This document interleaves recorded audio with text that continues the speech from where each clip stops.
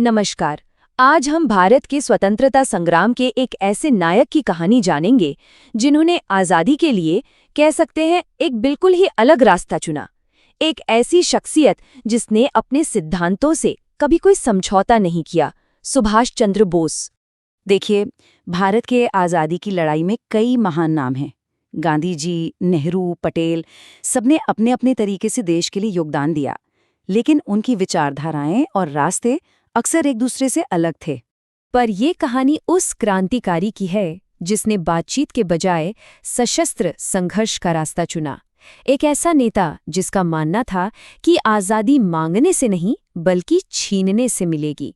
तो चलिए उनकी कहानी की शुरुआत से शुरू करते हैं। देखते हैं कि कैसे एक बहुत ही होनहार छात्र, जिसके सामने एक शानदार भविष्य था, उसने सब कुछ दांव पर लगाकर एक ऐसा क्रांतिकारी बनने का फैसला किया जो कभी झुका नहीं। 23 जनवरी 1897 को कटक, उड़ीसा में जन्मे सुभाष चंद्र बोस बचपन से ही कमाल की प्रतिभा के धनी थे और उनकी बुद्धिमानी का सबसे बड़ा सबूत ये है कि उन्होंने इंग्लैंड जाकर उस दौर की सबसे मुश्किल और प्रतिष्ठित परीक्षा इंडियन सिविल सर्विसेज यानी ICS पास कर ली। सोचिए उस समय किसी भी भारतीय के लिए ये कितनी बड़ी उपलब्धि थी। लेकिन जरा कल्पना कीजिए, उन्होंने उस नौकरी को ठुकरा दिया जो उस समय ब्रिटिश साम्राज्य में सबसे ऊंचा पद दिला सकती थी। सवाल ये उठता है कि आखिर इतनी बड़ी वजह क्या थी जिसके लिए उन्होंने ऐसा किया? और इसका जवाब उनकी मजबूत इरादे में छिपा है। उन्होंने साफ साफ कहा, मुझे अंग्रेजों की नौकरी नहीं, भारत की पूरी आज़ादी चाहिए। उनके लिए ये सिर्फ एक नौकरी छोड़ने का फैसला नहीं था, बल्कि ये ब्रिटिश शासन के तहत सेवा करने से एक साफ इनकार था। उनका लक्ष्य एकदम क्लियर था, सेवा नहीं, स्वतंत्रता। और आज़ादी का यही जुनून उन्हें जल्द ही भारतीय स्वतंत्रता आंदोलन के सबसे बड़े नेता महात्मा गांधी के साथ विचारों के मतभेद की राह पर ले गया। यहाँ दोनों नेताओं के बीच का जो फर्क था वो साफ हो जाता है।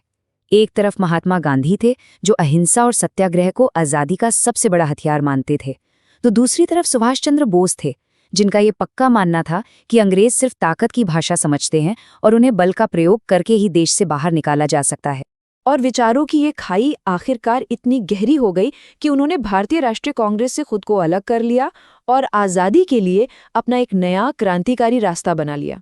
साल 1941 में जब अंग्रेजों ने उन्हें कोलकाता में नज़रबंद किया तो उन्होंने इतिहास के सबसे साहसी कामों में से एक को अंजाम दिया। वो भेष बदलकर घर से निकले और हजारों किलोमीटर की एक खतरनाक यात्रा की। ये यात्रा उन्हें अफगानिस्तान और जर्मनी से होते हुए सीधा जापान ले गई। मकसद सिर्फ एक था, भारत की आज़ादी के लिए बाहरी दुनिया से सैन्य मदद जुटाना।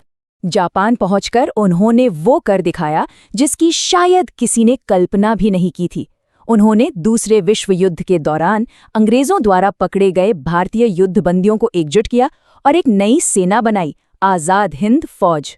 और फिर उन्होंने वो अमर नारा दिया जो आज भी हम सबके रोंगटे खड़े कर देता है, तुम मुझे खून दो, मैं तुम्हें आज़ादी दूंगा। ये सिर्फ एक नारा नहीं था, बल्कि देश के लिए सबसे बड़े बलिदान का एक जोरदार आह्वान था। उनकी सोच कितनी आगे की थी, इसका एक और बहुत बड़ा सबूत था रानी झांसी रेजिमेंट का गठन। ये एशिया की पहली महिला सैन्य टुकड़ी थी। ये दिखाता है कि नेताजी का सपना सिर्फ राजनीतिक आज़ादी का नहीं था, बल्कि सामाजिक बराबरी का भी था। तो अब उनकी आज़ाद हिंद फौज तैयार थी और उनका लक्ष्य बिल्कुल साफ और बहुत बड़ा था, भारत की राजधानी दिल्ली। दिल्ली चलो के जोशीले नारे के साथ आज़ाद हिंद फौज ने बर्मा के जंगलों से होते हुए भारत की धरती की ओर अपना ऐतिहासिक सैन्य अभियान शुरू कर दिया। इस अभियान के दौरान उन्होंने एक बहुत बड़ी जीत हासिल की। अंडमान और निकोबार द्वीपों को ब्रिटिश कब्जे से आज़ाद कराया। उन्होंने इन द्वीपों को शहीद और स्वराज नाम दिया, जो एक तरह से आज़ाद भारत का पहला ज़मीनी टुकड़ा बन गया। हालांकि दूसरे विश्व युद्ध में जापान की हार के साथ हालात बदल गए, लेकिन नेताजी का लड़ने का जज्बा कम नहीं हुआ। पर यहीं से उनकी कहानी एक ऐसे रहस्य में उलझ जाती है जो आज तक नहीं सुलझा है। आधिकारिक तौर पर तो 18 अगस्त 1945 को एक विमान दुर्घटना में उनकी मौत की खबर आई, लेकिन क्या ये सच था?